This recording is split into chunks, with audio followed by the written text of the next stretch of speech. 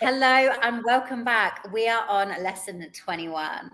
So, again, this is an extension of yesterday's lesson. And again, it might feel repetitive, but we have spent our entire life living a lie. So, we have to keep going over these same things. And sometimes, as well, the beauty of the repetitiveness is that we maybe say things differently so that you might understand it in a different way. So you just have to trust the process. And if you're sat judging it, thinking, well, why are we going over this again? Blah, blah, blah. Again, I would invite you to see things differently, which is perfect for this lesson. Okay. So in this lesson, the focus is on the idea that our perception of the world can be transformed. The lesson emphasizes that you have the power to change the way you see things. Like I said in the previous lesson, when you change the way you look at things, the things you look at change. So whether it's your circumstances, your relationships, or your emotions, you have the power.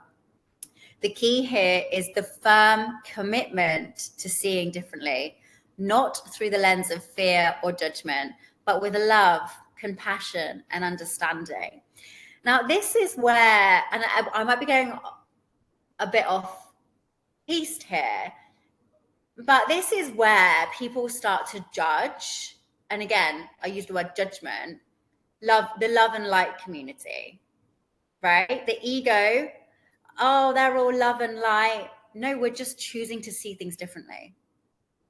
We're choosing to see the love and light that we've not allowed ourselves to see for most of our lives. And so ego won't like that. Ego will judge that. Or when I say ego, an aspect of your ego, right? Because the ego is your identity as a whole. And so there's aspects of yourself that will judge that, but you get to challenge that judgment and choose to see things differently, right? Remember, this is an experiment. We're not here to judge it. We're here to try it on. Like I said at the very beginning, we're trying outfits on, you know, we've got a brand new wardrobe. We're inviting you to try on this new style that you've never tried on before. You're going to judge yourself. It's going to feel uncomfortable, but that's just old past version of you judging the now. We have to let go of that, and we have to use our free will, our willpower, and be determined to choose to see things differently. Nobody else can change the way we see things. We have to do it ourselves. And so these lessons are very much about radical responsibility. It starts with you. And lots of people don't like that. Lots of people like to blame other people. And this is why we're so proud of you for coming on this journey and for doing this work, because it's not easy, because you have to take a harsh look at yourself and the way that you think. And it's difficult. And not many people are doing it at the moment. But I believe there is a mass awakening and more people will have to do this work. And the beautiful thing is the fact that you're already doing it, you can then be a guiding light for others, the same way me and Corina are for you. So I'm looking for my little pendulum because I have something I want to add to the love and light, but I don't have it. I can't find any of my usual tools that I use for visual. So we'll use my pen, my pencil.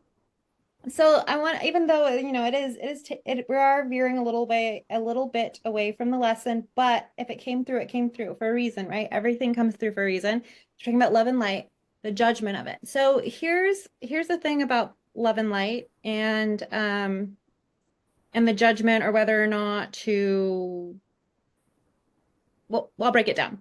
So the way that an illusion, from the way that we're seeing the world, not through clear seeing, but through illusion, the way that we see the world is in duality. So it's like the swinging of a pendulum. So if you're swinging the pendulum just towards what you call love and light, which is actually like a limited version of love and light, you being the ego, not like you, Sammy, you being ego to the audience, anybody's ego, my ego, you get it. When one's ego through seeing through duality looks at love and light, you're dismissing another piece of the whole. You're dismissing what people call the shadow.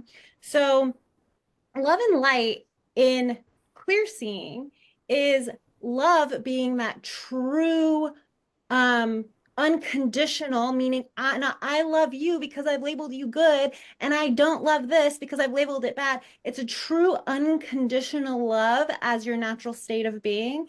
And light is bringing it into the light of awareness or the light of consciousness. So that way, anything that we deem bad, the shadows, anything that we resist, anything that causes anger, anything that causes upset, can be brought into the light of awareness, can be brought into the light of truth, can be brought into the light of God, and be transmuted in the whole. Because what's happening instead is we're labeling some things as good, we're labeling some things as bad. First of all, we're swinging back and forward. That's why you're experiencing duality. That's a pretty common concept in the personal development and coaching world, is this idea of like, you're going to experience both duality, but you're swinging back and forth, which it doesn't have to be that way.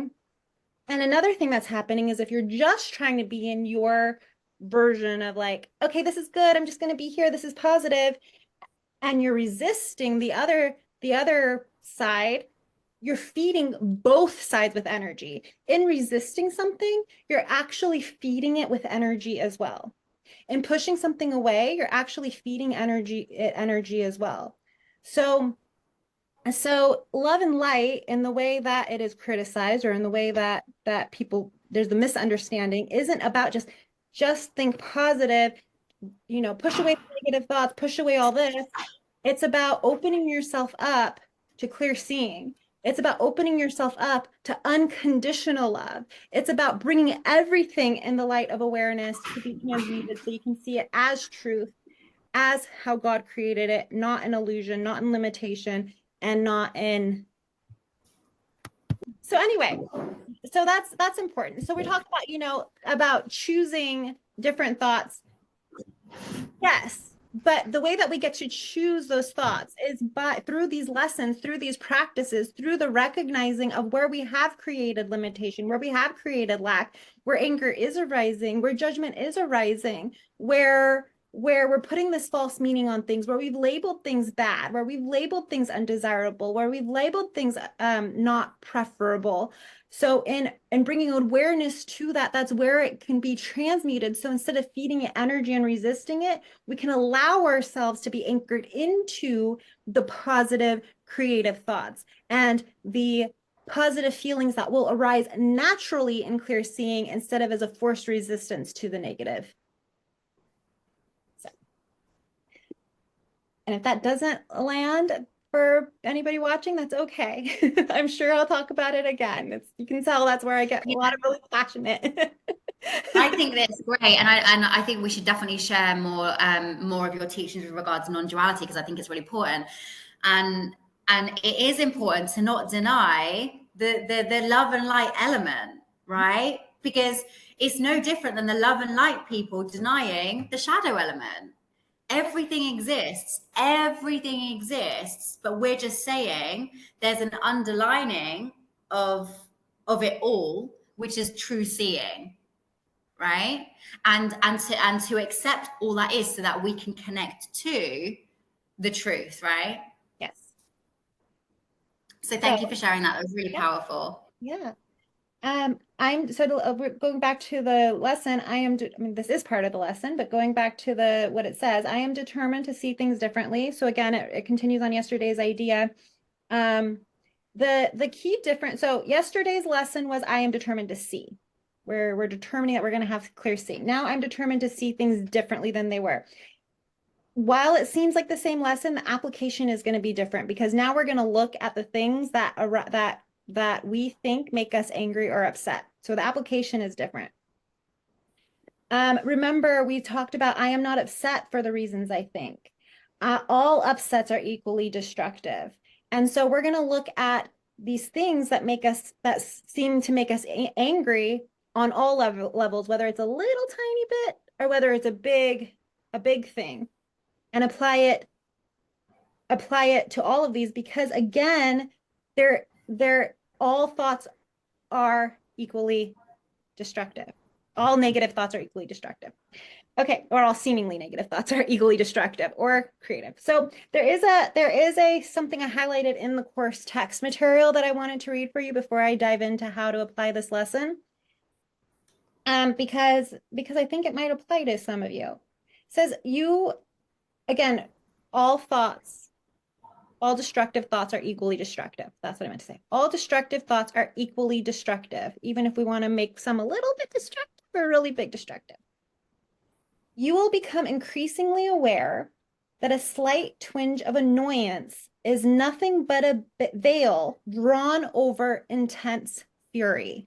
I'm going to repeat that. You will become increasingly aware that a slight twinge of annoyance is nothing but a veil drawn over intense fury, meaning underneath those things that we've labeled as just tiny upsets, tiny bits of anger, tiny destructive thoughts, it's just we're hiding this deeper anger, deeper fury that's actually existing under there. So that's why we want to equally transmute it, equally apply this to all anger, fury, upset. Try therefore not to let the little thoughts of anger escape you in the practice periods. So the way that you, sorry, thank you for that. I love that statement because it's very powerful. So the way that you're going to apply to the lesson today is you're first going to repeat the idea, I am determined to see things differently. And then you're going to close your eyes and search for anything in the past, in the present, or anticipated in the future, imagined in the future, that arouses anger in any form. If it's a little twinge of annoyance or full-on fury. Do not let the little angers slide by. For each thought that comes up that you find, use the sentence. I am determined to see blank differently. And you insert the person or the situation that causes anger to arise. I am determined to see, and be specific. I am determined to see my ex cheating on me differently. I am determined to see this fear of loss of money differently. I'm determined to see, et cetera, et cetera. You can even say, I'm determined to see if you like there's a certain quality in something. So you're maybe not angry at this person, but you get really angry when they chew loudly. That angers you. I am determined to see this loud chewing in name the person differently. So you're going to do this for about a minute and no more than 5 times today because it's very energetically charged. And you can also use it as needed throughout the day if something causes anger to arise for you. Yeah, it's so good. And also, I guess as well, though, it's not what you'll find when you do these practices is that then the new thought will appear. So it's not that you have to go, I'm determined to see these differently. Yes, it's good that it happened. I'm like, you're forcing control, you're forcing thought. That's not the point. The point is you ask the question, you're putting the intention out there. I'm choosing to see things differently, and you're allowing the creator, the infinite, to drop a thought into your consciousness to be able to see it from a different perspective. And so, like we spoke about as well, the light and love, the pendulum, it's not to go, well, this situation where my ex cheated on me was terrible, and now you're like, oh no, I love that because I've become this person, right? We're not asking you to do that. We're asking you to sit in there, to ask the question, sit in the stillness, and then see what drops in.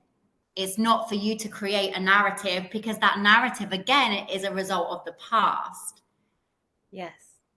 So we're inviting that new perspective to drop in. And with that, you need the space and the stillness, right? Yes, that's very powerful. I'm so glad you brought that up. That's a very important message. Yeah, because I do it. And then I'm like, well, actually, now I'm just going around and around in my own head, right? Because that's what you're doing. You're chatting with yourself. You're bipolar. The negative Sammy is talking to the positive Sammy. We're still not then seeing it for the truth of how it really is. There's a truth beyond that, a truth unknown. Because if we knew it, we wouldn't be in the situation we're in. Oh seeing it through the lens of seeing it through, right? Yes, I love that analogy. Yeah.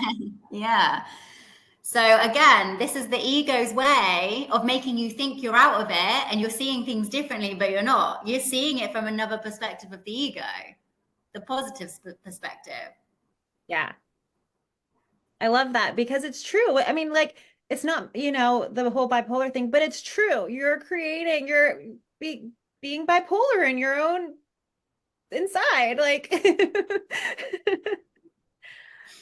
Yeah, perfect. it's a mental cage. It's a mental cage, which is why the thought of the creator usually comes in the stillness.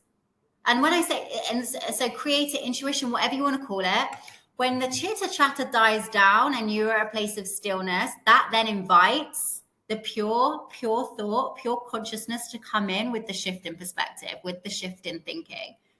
And so if you are finding yourself in this narrative back and forth, that's when you just have to connect back to using that as a mantra, pulling your consciousness out of the narrative, out of the mind trap, and focusing on the sentence as a mantra